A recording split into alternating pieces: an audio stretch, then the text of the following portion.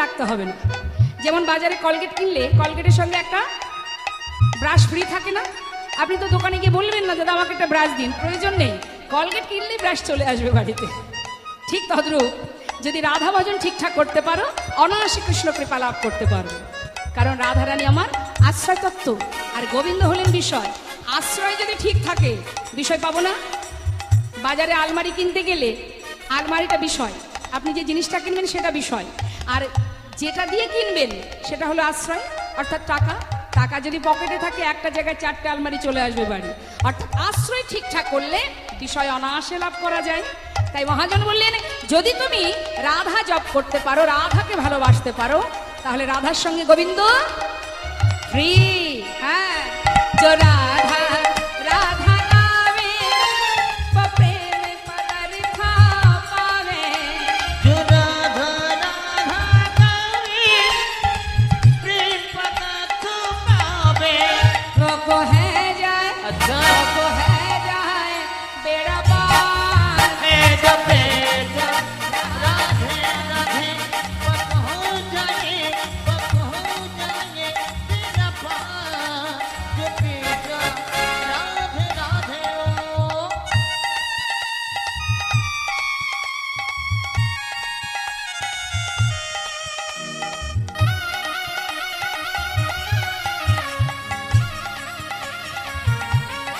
राधे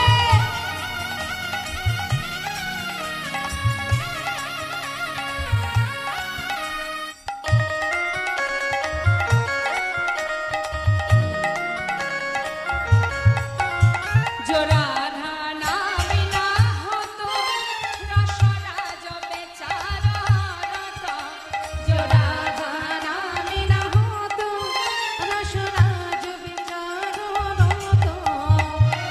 প্রেমময়ী রাধারানী বৃন্দাবনে না এলে ভগবান কৃষ্ণ তিনিও বৃন্দাবনে আসতেন না। নাহি হতো अच्छा নাহি হতো কৃষ্ণ অবতার, जो बेजा राधे राधे नहीं हो तो कृष्ण अवतार, जो बेजा राधे राधे বৃন্দাবন ধাম অপার, জপে যা রাধে রাধে, आए भजे राधे राधे ভজে যা রাধে রাধে। आए जो बेजा राधे राधे ओ। बोलिए राधा रानी की, वृंदावन धाम की, बांके बिहारी लाल की। राधे श्याम राधे राधे। শ্রীধাম বৃন্দাবনে ভগবান কৃষ্ণের প্রিয় সখা সকলকে নিয়ে বনমাঝে কত কত লীলা করেছেন। আজ এমন এক ভক্তের কথা আমরা শুনব, এই কলির জীব কিন্তু বৃন্দাবনে গিয়ে ভগবান কৃষ্ণের চরণ সান্নিধ্য লাভ করেছিল। বেশি দূরের সেই ব্যক্তি নয়, কাছেরই একজন, আমাদেরই কাছেরই মুর্শিদাবাদ জেলা। আমরা সবাই জানি, সবাই শুনেছি মুর্শিদাবাদ জায়গাটা আছে, বা অনেকেই হয়তো যায় সেখানে। এই মুর্শিদাবাদ জেলার বড় জমিদার, সেই মস্ত বড় জমিদার কান্দি বলে একটি জায়গা আছে মুর্শিদাবাদে। ওই কান্দির জমিদার, যার নাম ছিল গঙ্গা গোবিন্দ সিংহ। একটু মন দিতে হবে কথার মধ্যে মা। সেই গঙ্গা গোবিন্দ সিংহ, তার ভাইয়ের নাম ছিল রাধা গোবিন্দ সিংহ, কিন্তু রাধা গোবিন্দের কোনো সন্তান ছিল না। গঙ্গা গোবিন্দ সিংহের একটি পুত্র ছিল যার নাম প্রাণকৃষ্ণ সিংহ। সিংহ পরিবার, সেই প্রাণকৃষ্ণ সিংহ যখন জমিদারি রক্ষা করছেন, বিবাহ হলো, তারই একটা পুত্র হলো যার নাম কৃষ্ণচন্দ্র সিংহ। ঠাকুর দাদা আদর করে নাতির নাম রাখলো লালা। এখন এই লালা, তার ভাবধারা, তার লক্ষণ একটু অন্যরকম ছিল। সে শিশুকাল থেকে একটু ভক্তি মার্গের ছিল, কারোর কষ্ট সইতে পারত না। ছেলেটা দিনে দিনে বড় হতে হতে 12 বছর বয়স। একদিন জমিদারি কাচারি বারান্দায় বসে আছে, হঠাৎ একজন কন্যাদায়গ্রস্ত ব্রাহ্মণ, তিনি সন্তানকে বিবাহ দেবেন এই কামনা নিয়ে জমিদারির দ্বারে এসেছি কিছু সাহায্যের জন্য। এখন সেই জমিদারি মহলের একটা নিষেধ আছে যে কোনোদিন কাউকে কিছু সাহায্য করা যাবে না। এখন দাড়ির কাছে এসে বারবার যখন সেই ব্রাহ্মণ হাত বাড়িয়ে সাহায্য চাইছে, দাড়ি তাকে বারবার বলছে, দেখো এখান থেকে কোনো কিছু সাহায্য করা যাবে না, এটা নিষেধ আছে জমিদারের, তুমি চলে যাও। কিন্তু জমিদারি মহলে এসেছে যার এত ধন ঐশ্বর্য, সেখান থেকে কিছু পাবে না, সে কোনো মতেই শুনছে না, বারবার করজোড়ে কাকুতি মিনতি করছে। কিন্তু কোনো কথা না শুনে সেই দাড়ি তাকে ধাক্কা দিয়ে তাড়িয়ে দিচ্ছে, বারবার তাড়িয়ে দিচ্ছে। আর এই ঘটনাটা দেখছে ওই 12 বছরের ছেলে লালা।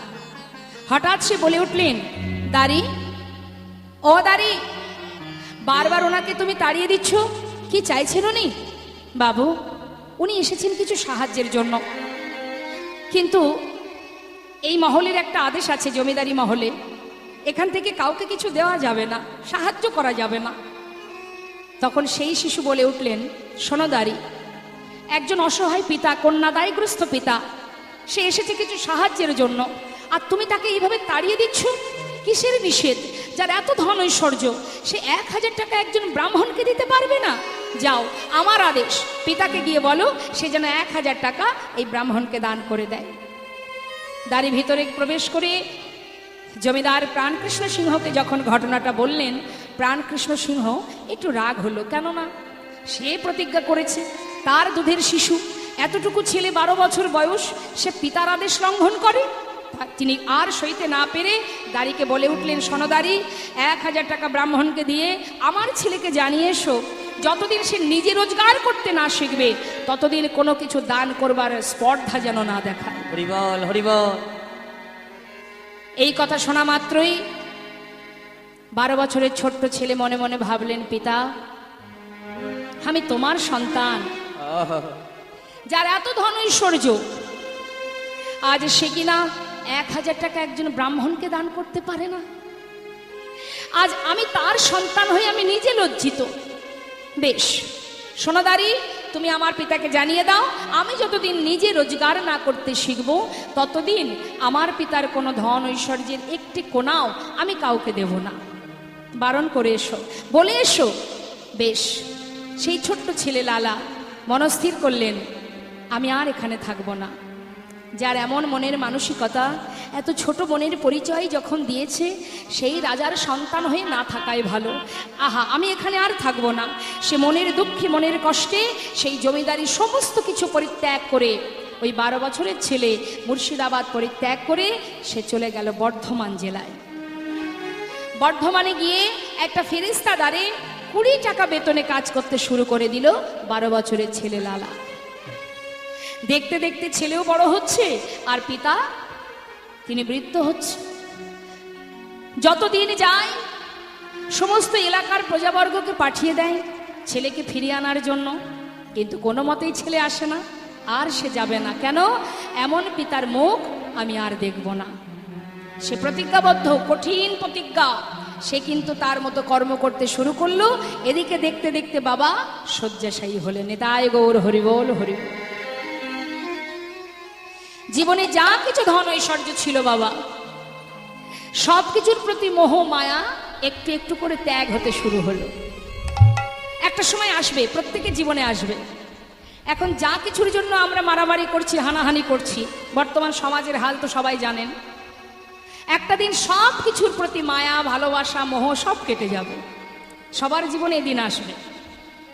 দেখবেন মানুষ প্রতিটা মুহূর্ত বদলায়, মানুষের পরিবর্তন হয় পরিস্থিতির সাথে সাথে। বাবা, একটা ছোট বাচ্চার সামনে যদি আপনি কিছু টাকা আর একটা সুন্দর খেলনা দেন, বাচ্চা কোনটা আশ্রয় করবে? খেলনা। কিন্তু সেই শিশু যখন আরেকটু বড় হবে, তখন কিন্তু সে আর খেলনা নিয়ে বসে থাকবে না, তখন তার আশ্রয় বদলে যাবে। সে দেখবেন তখন আশ্রয় করবে লেখাপড়া, বিদ্যা, অর্থাৎ বই খাতা নিয়ে সারাদিন ছুটবে। আরও যখন বড় হবে, স্ত্রী হবে, সংসারে ছেলে মেয়ে, এত সুন্দর একটা পরিবার হবে, তখন কিন্তু তার ওই খেলনা নিয়ে আর পড়ে থাকবে না। পরিস্থিতির সাথে সাথে, সময়ের সাথে সাথে আবার সে বদলাবে। তখন তার আশ্রয় হবে টাকা। কোথায় গেলে টাকা রোজগার করব, সংসার কিভাবে চালাবো, সে দেশেই হোক বিদেশে হোক ছুটবে টাকার পিছনে। তার মানে এক জীবনে 3 বার বদলে গেলাম। এখনো আছে বাকি।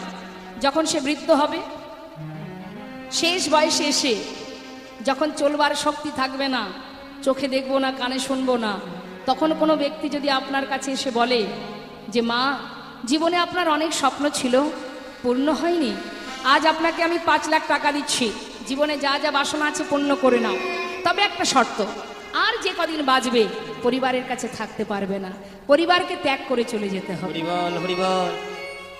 সেই বৃদ্ধ মাতা পিতা কি চাইবে? শেষ জীবনে ছেলে মেয়ে পরিত্যাগ করে ওই 5 লাখ টাকা নিয়ে বাড়ি থেকে চিরজীবনের মতো চলে যাবে, নাকি বলবে বাবা আমার টাকার প্রয়োজন নেই, যে কদিন বাঁচবো আমি যেন আমার সন্তান, আমার পুত্র পুত্রবধূ সবার কাছে থাকতে পারি। তার মানে কি মা, তখন কিন্তু আর কোনো কিছুর প্রতি আর আমাদের মোহ থাকবে না, আসবে সেদিন। আজ প্রাণকৃষ্ণ সিংহের সেই একই অবস্থা, শয্যাশায়ী, সব কিছুর মায়া দূরীভূত হয়ে গেল, সন্তানের প্রতি ভালোবাসা দ্বিগুণ হলো। তাকে শেষবারের মতো একবার দেখতে পাচ্ছে না, মনের দুঃখে শয্যায় শুয়ে শুয়ে ভগবানের চরণ স্মরণ করে কাঁদছে আর বলছে, হে প্রভু, একটা ভুলের কারণে চিরতরে সন্তানকে হারিয়েছি। আজ আমার বলতে যা কিছু আছে আমি আর কাকে দিয়ে যাব? হরিবল হরিবল। সব আমি তোমার চরণে সঁপে দিলাম। আমার পুত্রের আর কেউ নেই, তাই মৃত্যুর আগে আমার সন্তানকে তোমার চরণে সঁপে দিই প্রভু। তুমি আমার পুত্রকে দেখো, আমি আর কিছু চাই না। রক্ষা করো হে তুমি, হে ভগবান,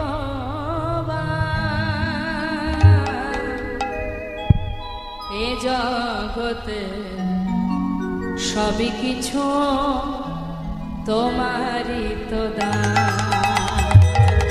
রক্ষা করো হে তুমি,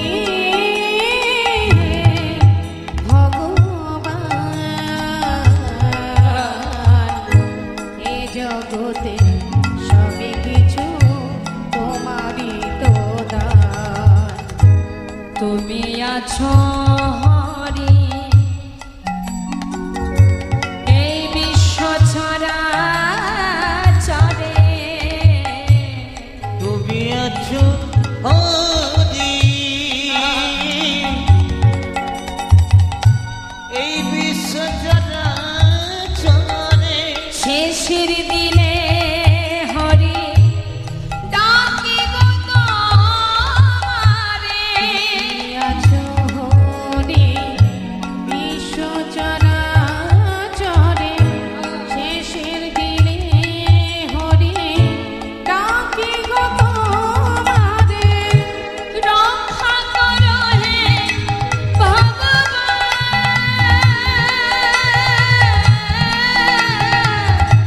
রক্ষা করো হে ভগবান। একবার রক্ষা করো হে ভগবান। রক্ষা করো হে তুমি, ভগবান, এ জগতে সবই কিছু তোমারই তো দান। ভগবানের চরণ স্মরণ করতে করতে মা প্রাণ ত্যাগ করলেন। যখনই মারা গেল, খবর চলে গেল লালার কানে। সমস্ত প্রজাবর্গরা ছুটে গেল লালার কাছে, বাবু এবার তো আপনি ফিরে চলুন, না হলে এই জমিদারি কে রক্ষা করবে? যার প্রতি আপনার অভিমান ছিল সে তো চিরতরে চলে গেছে, এবার তো আপনি ফিরে চলুন। যেই নাই কথা বলা, লালা এবার পুনরায় আবার বর্ধমান থেকে ফিরে এলো। ফিরে আসার পর পিতার সমস্ত ক্রিয়াকর্ম সেরে এবার লালা সমস্ত জমিদারি হিসাব নিকাশ বুঝে নিয়ে রক্ষা করতে শুরু করলেন। জমিদারি রক্ষা হতে হতে লালার উপযুক্ত বিবাহের বয়স হয়েছে, তাই সমস্ত এলাকাবাসী এক সুকন্যার সন্ধান পেয়ে লালা মানে জমিদার লালার সঙ্গে তার বিবাহ দেয়। বিবাহ হলো, বিবাহের পর তার একটি সন্তানও হলো। সন্তান পুত্র সন্তান, ছেলের নাম নারায়ণ। একটা পালিতা কন্যা ছিল জমিদার লালার, যার নাম সুমতি। এই সুন্দর সংসার মা, কিন্তু কখন কার ভিতরে ভগবানের কৃপা হয় সেবা কে জানে। আজ দেখুন এত সুন্দর সংসার, সুখে স্বাচ্ছন্দ্যে দিন কাটছে, জমিদারিও রক্ষা হচ্ছে, দিন যায় আনন্দ আনন্দ মহা আনন্দ, কিন্তু হঠাৎ তার ভিতরে একটু একটু করে কিভাবে বৈরাগ্য ত্যাগের সৃষ্টি হলো আমরা সেটা জানব। যখন লালা জমিদারি রক্ষা করতে শুরু করলেন, কিছুদিন পর হঠাৎ একদিন তার দ্বারে এসে পৌঁছালো এক ভিখারি। ভিখারি এসে চিৎকার করে বলে উঠলেন, ভিক্ষাং দেহি। চিৎকার শুনে জমিদার লালা সেই ভিখারির সামনে এসে দাঁড়ালেন, জিজ্ঞাসা করলেন, এই ভিখারি, তুমি ভিক্ষা করো কেন? ভিক্ষা করো কেন? সেই জমিদার লালা জিজ্ঞাসা করা মাত্রই বলে উঠলেন, বাবু আমি কেন ভিক্ষা করি শুনবেন? তাহলে বলি শোনো। বাবু গো, বাবু গো,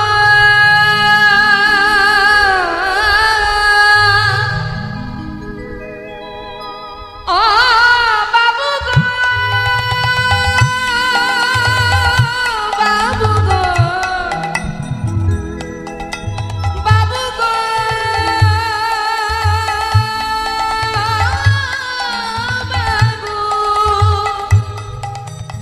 বাবু গো,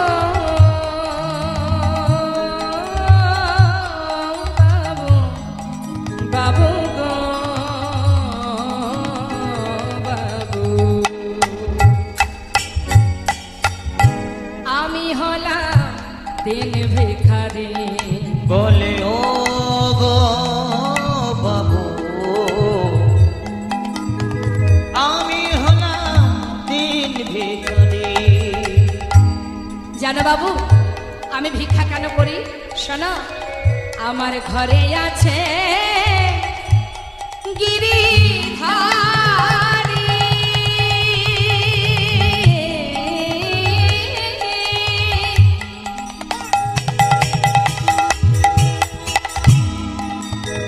ও বাবু তাই দাঁড়ে দাঁড়িয়ে আমি ভিক্ষা করি। আমার ঘরে আছে ওই গিরি ধাজি ধাজি। বাবু গো, বাবু, হরি বল। বাবু গো,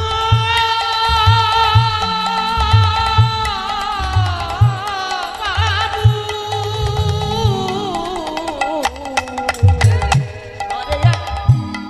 আমার ঘরে আছে গিরিধারী, তাই দাঁড়ে দাঁড়িয়ে আমি ভিক্ষা করি। ও বাবু শুধু তাই না, শোনো, তারে সেবা দিয়ে পাই গো প্রসাদ, তারে সেবা দিয়ে আমি পাই গো প্রসাদ, তারে সেবা দিয়ে আমি পাই গো প্রসাদ। তার সেবা দিয়ে পাই গো প্রসাদ। বাবু এই দয় আমার রীতি, আমি হলাম দিন ভিখারি। আমি হলাম দিন ভিখারি। আচ্ছা দাঁড়াও দাঁড়াও দাঁড়াও দাঁড়াও, তুমি ভগবানের সেবা দিয়ে তারপরে সেবা করো, বুঝেছি, ঠিক আছে দাঁড়াও। দেরি না করে অনেক দামি দামি রত্ন একটা পাত্রে করে নিয়ে সেটাকে একটা পুটুলি বেঁধে এবার ভিখারির হাতে দিচ্ছে। এই যাও ভিখারি, এই নাও এগুলো ধরো। কি হবে বাবু, এই এত বড় এই পুটুলির মধ্যে কি আছে? শোনো, অনেক দামি দামি রত্ন আছে, যাও এগুলো নিয়ে যাও। এগুলো দিয়ে কি করব? কেন, আমার মতো ধনী হয়ে যাবে, নিয়ে যাও। ঠিক আছে বাবু, আমি তাহলে আসি। মাথায় করে নিয়ে যাচ্ছে মা। লালা কিন্তু দরজার কাছে দাঁড়িয়ে আছে। বেশ কিছুটা পথ গেছে, যাবার পরে সেই পুটুলিটা নিয়ে দূরে একটা জঙ্গলের মধ্যে সেটাকে ছুঁড়ে ফেলে দিয়েছে। যেই ফেলে দিয়েছে, এদিকে দাঁড়ে দাঁড়িয়ে আছে কে? জমিদার। চিৎকার করে উঠলেন, ভিখারি, এত বড় স্পর্ধা তোমার, যা কিছু তোমাকে দিয়েছি তুমি ফেলে দিলে, কেন ফেলে দিলে? বাবু আমাকে ক্ষমা করুন বাবু। আমি আপনার দেয়া এই মূল্যবান রত্ন মাথায় করে নিয়েই তো যাচ্ছি, কিন্তু হঠাৎ পিছন থেকে কে যেন আমায় বলল, ভিখারি এগুলো নিয়ে কোথায় যাচ্ছিস? ও, তুইও বুঝি ওই জমিদারের মতো ধনী হতে চাস? কেন রে, আমি তো কোনোদিনই তোকে বলিনি আমাকে ক্ষীর এনে দে, ননি এনে দে, মাখন এনে দে। তুই যেমন দাঁড়ে দাঁড়ে পাঁচ বাড়িতে ভিক্ষা করে যা পাস, আমি তো তাতেই খুশি। এর জন্য এত কিছু ধন ঐশ্বর্যের কি বা প্রয়োজন? ওরে আয়, ওগুলো ফেলে দে, ওর কোনো প্রয়োজন নেই। আমি তো তোর কাছে কোনোদিন কিচ্ছু চাইনি, তুই আমাকে যেমনটা সেবা দিবি আমি তাতেই খুশি। চলে আয়, ওগুলো ফেলে দে। প্রভু আমার অন্তর থেকে, অন্তর্যামী যিনি মা, অন্তর থেকে ভিখারিকে সাড়া দিচ্ছে, বোঝাচ্ছে, যেন বলছে, ভিখারি বলছে, জানো বাবু, আমার মন থেকে যেন কে বলছে, আয় ভিখারি আয় রে ফিরে, ওরে ভুলে যাস না মহাভরে। আয় ভিখারি আয় রে ফিরে, ওই ভুলে যাস না মহাভরে। আয় ভিখারি আয় রে ফিরে, ভুলে যাস না মহাভরে। আয় ভিখারি আয় রে ফিরে, ভুলে যাস না তোর মহাভরে। গোবিন্দ সেবার বেলা বয়ে যায়, তোর গোবিন্দ সেবার বেলা বয়ে যায়। বিদুরের খোঁজ যেমন তোর ভিক্ষার অন্ন তেমন, বিদুরের খোঁজ যেমন তোর ভিক্ষার অন্ন তেমন। বিদুরের খোঁজ যেমন তোর ভিক্ষার ওই অন্ন না তেমন। বিদুরের খুদ যেমন তোর ভিক্ষার অন্ন সেবা দিতে ভুল করিস নে আমায়, সেবা দিতে ভুল করিস নে আমায়। আয় ভিখারি আয় রে ফিরে, আয় ভিখারি আয় রে ওরে ফিরে, আয় ভিখারি আয় রে ফিরে। আয় ভিখারি আয় রে দাদা ফিরে। ভুলে যাস না মহাভরে, আয় ভিখারি আয় রে না ফিরে। ভুলে যাস না মহাভরে, আয় ভিখারি আয় রে ফিরে। সেবা দিতে ভুল করিস নে আমার। সেবা দিতে ভুল করিস নে আমায়। ফিরে আ, কিছুরই প্রয়োজন নেই। যেমন করে দাঁড়ে দাঁড়ে ভিক্ষা করে সেবা দিচ্ছিস আমি তাতে সন্তুষ্ট। ও বাবু, বলো দেখি, এই কথা শোনার পর আমি আর এগুলোর কি বা আমার প্রয়োজন, আমার আর লাগবে না, তাই ফেলে দিলাম। বাবু আমি এবার যাই। দাঁড়াও, শোনো ভিখারি, যদি তোমাকে তোমার অন্তর্যামী এ কথা বলে থাকে, তাহলে তুমি আমার ঘরে থাকবে, তোমার খাওয়া পড়ার দায়িত্ব আমার, তুমি আমার ঘরে বসে কৃষ্ণ নাম করবে আর আমাকে কৃষ্ণ নাম শোনাবে। বাবু আপনার এই মহলে যদি আমি থাকি, তাহলে আপনার মতো অবস্থা আমারও হবে। দিনে দিনে আমি আমার গোবিন্দকে ভুলে যাব। তাই আমি যেমন কুড়ে ঘরে আছি আমি তাতেই সুখী। বাবু আমি এখানে থাকতে পারবো না, আমি যাই। চলে গেল। এই কথাটা কিন্তু লালার মাথার মধ্যে এবার ঘুরপাক খেতে শুরু হলো, যে আমার এই মহলে থাকলে সে কৃষ্ণ নাম ভুলে যাবে। এই যে কথাটা বলল, তবে কি আমারও সেই একই অবস্থা? হরি বল। তবে কি এর মধ্যে থেকে আমিও কৃষ্ণ নাম ভুলে যাচ্ছি? সমস্ত অর্থ ধন ঐশ্বর্যের পিছনে ছুটতে ছুটতে আমারও কি কৃষ্ণের প্রতি, গোবিন্দের প্রতি ভক্তি ভালোবাসা একটু একটু করে কমে যাচ্ছে?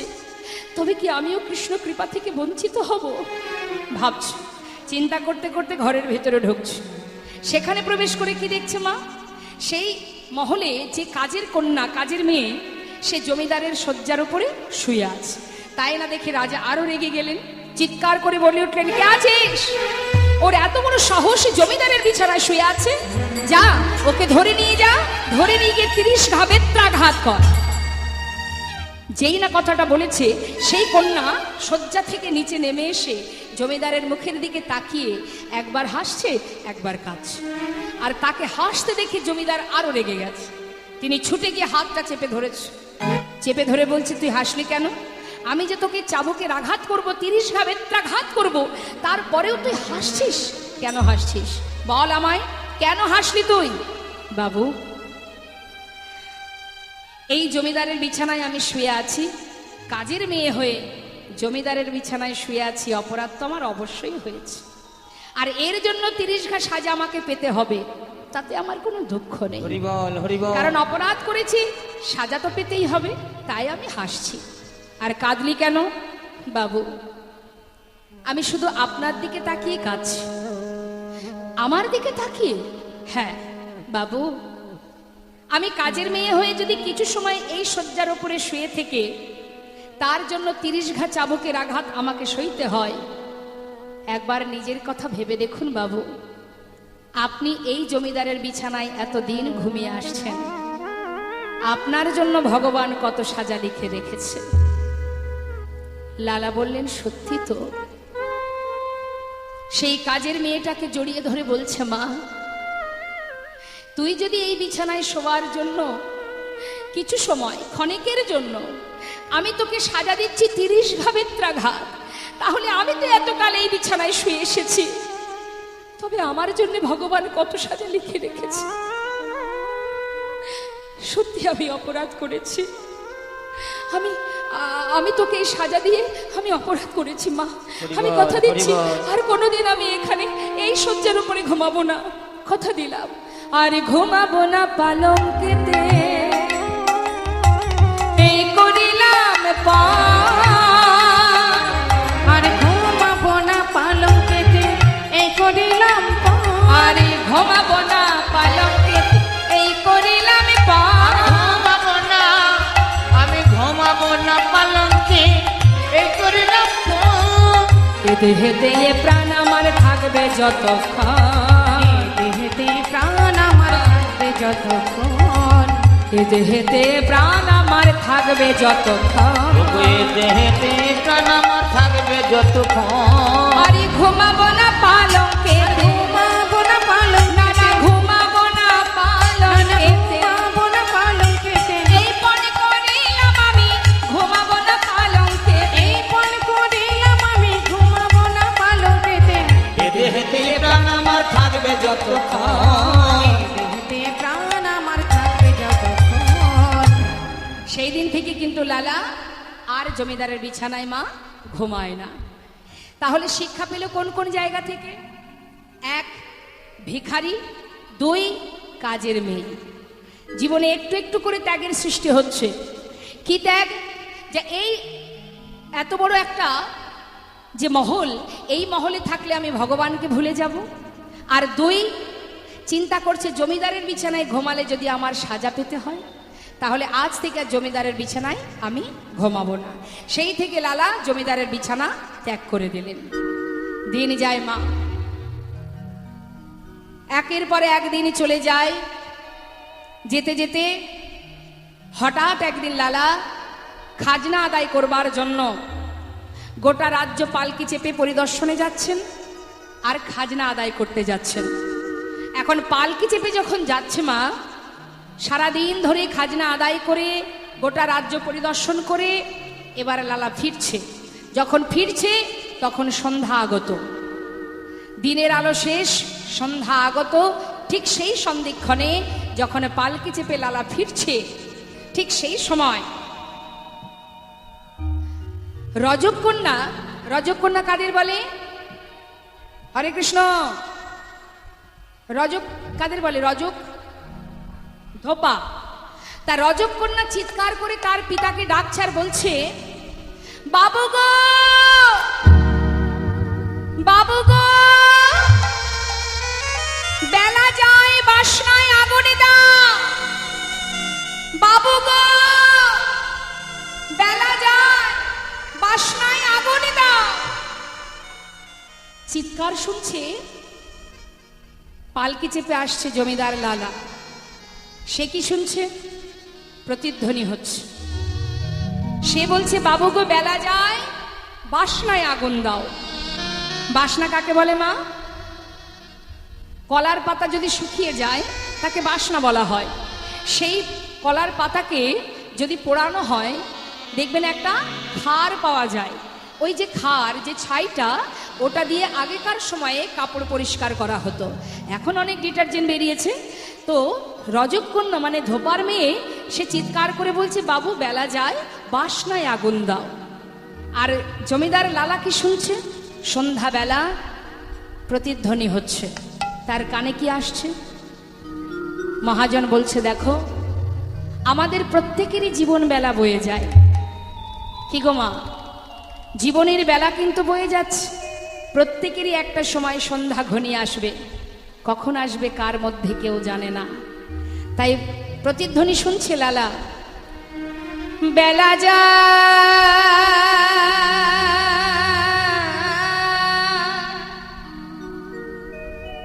বেলা যা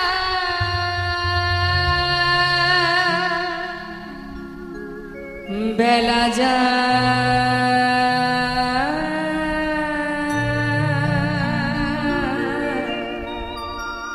বেলা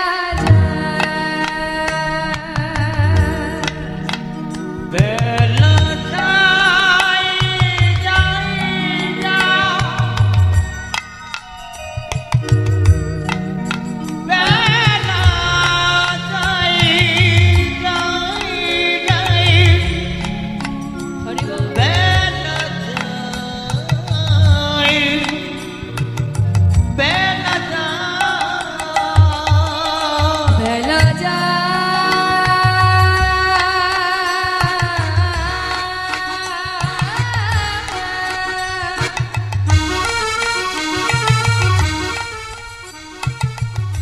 বেলা বেলা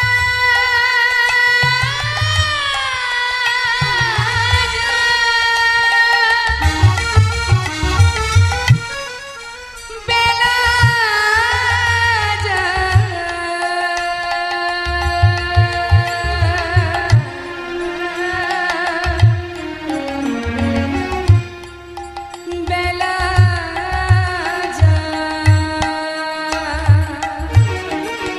বেলা যায় বেলা যায় বেলা যায় বেলা যায় বেলা গেল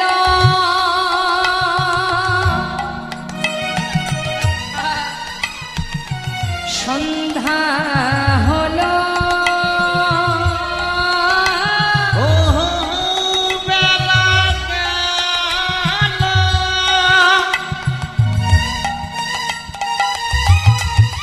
আমাদের সন্ধ্যা হলো,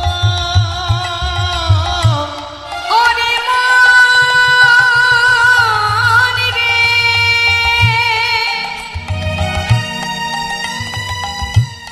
ওরে মন আমার, সময় গেলে আর পাবে না।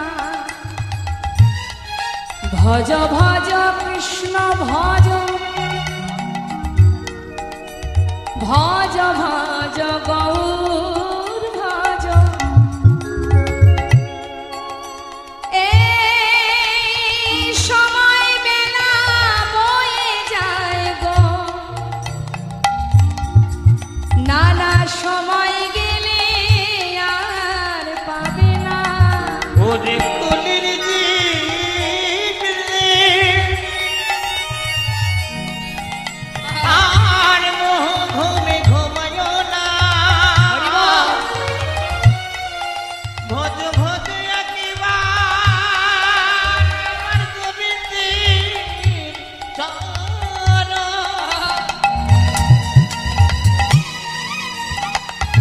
ওরে হরি বল।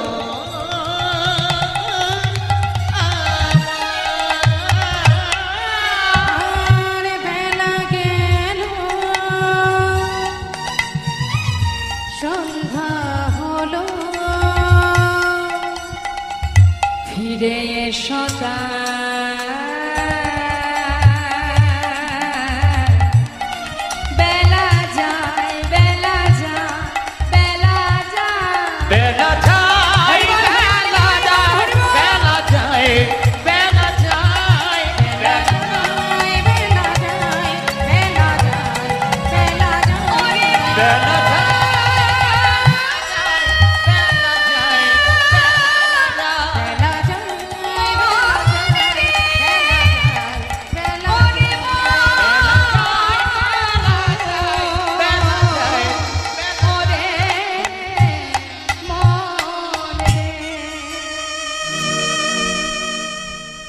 প্রতিধ্বনি শুনছে লালা, বেলা যায় বেলা যায় বেলা যায়। পালকি থেকে নেমে এসে সেই রজক কন্যার সম্মুখে দাঁড়িয়ে জমিদার লালা জিজ্ঞাসা করলেন, মা তুই কি একটা বললি যেন, আর একবার বল। বাবু, আমি তো আপনাকে কিছু বলিনি, আমি আমার পিতাকে বলেছি বেলা যায় বাসনায় আগুনে দাও। না না, আমি যে অন্য কিছু শুনেছি। তুই যে বারবার বললি বেলা যায় বাসনায় আগুনে দাও, আমি যে বারবার শুনলাম তুই যেন বারবার আমায় বললি বেলা যায় বাসনায় আগুনে দাও, বাসনায় আগুনে দাও। সত্য কথা, জীবন বেলা সকলেরই বয়ে যায়, হরিবল। জানি না কার হাতে কতটুকু সময় আছে। মা, ঠিকই তো বলেছিস, কামনা বাসনার পিছনে ছুটতে ছুটতে আমার যে চলে যাওয়ার সময় হয়ে গেল। হরিবল হরিবল। আমি আর থাকবো না, জানি না কতটুকু সময় আছে। আজই আমি সর্বস্ব পরিত্যাগ করে আমার আপন ঘরের সন্ধানে আমি ছুটে যাব। মারে, আজ তুই আমাকে সঠিক পথ দেখিয়ে দিলি। আমি চলে যাব, আমি আজই চলে যাব, সর্বস্ব পরিত্যাগ করে চলে যাবার মনস্থির করে পালকি চেপে ফিরে এসে তার কন্যা সুমতিকে বললেন, সুমতি, হ্যাঁ আজ না মা, আমি এক জায়গায় যেতে চাই। বাবা, কোথায় যাবে তুমি? এই তো খাজনা আদায় করে ফিরে এলে। মা, চিরতরে চলে যাব, দে না মা, সারা গায়ে একবারে কৃষ্ণ নাম লিখে দে, আমি চলে যাই। বাবা, কি হলো তোমার হঠাৎ? পালকি চেপে খাজনা আদায় করে ঘরে ফিরে এলে, হঠাৎ তোমার মাথায় কি হলো? কোথায় যেতে চাও তুমি? সারা গায়ে কৃষ্ণ নাম লিখবে কেন? মা, এতদিন যা কিছু করেছি সে তো তোদের জন্য, কিন্তু আমার যে নিজের কিছু কাজ আছে, আর সেটা যদি সকাল সকাল করতে না পারি, তাহলে আমার নিজের সঠিক ঠিকানায় আমি সময় মতো পৌঁছাতে পারবো না।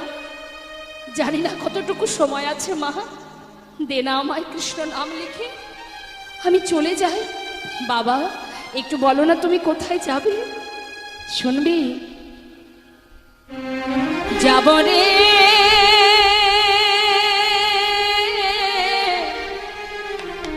যাব আমি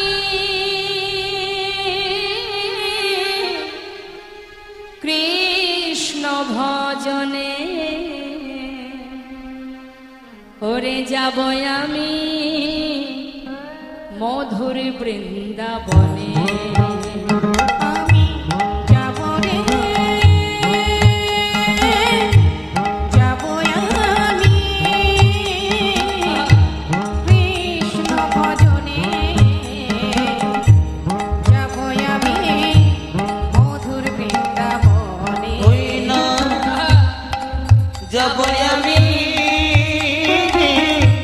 মধুর বৃন্দাবনে। রইল সাধীর জমিদারি, রইল এ ঘর বাড়ি, রইল সাধের জমিদারি,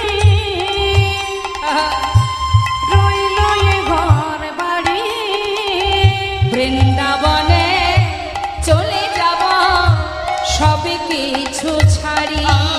আমি বৃন্দাবনে চলে যাব সব কিছু ছাড়ি।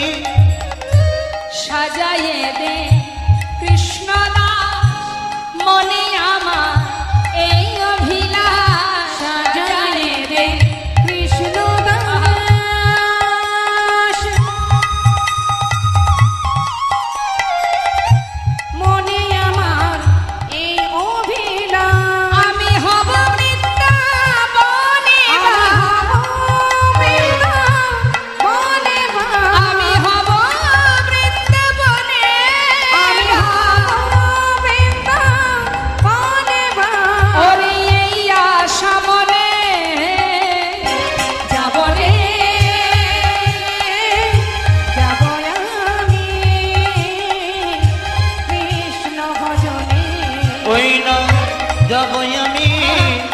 মধুর বৃন্দাবনে যাব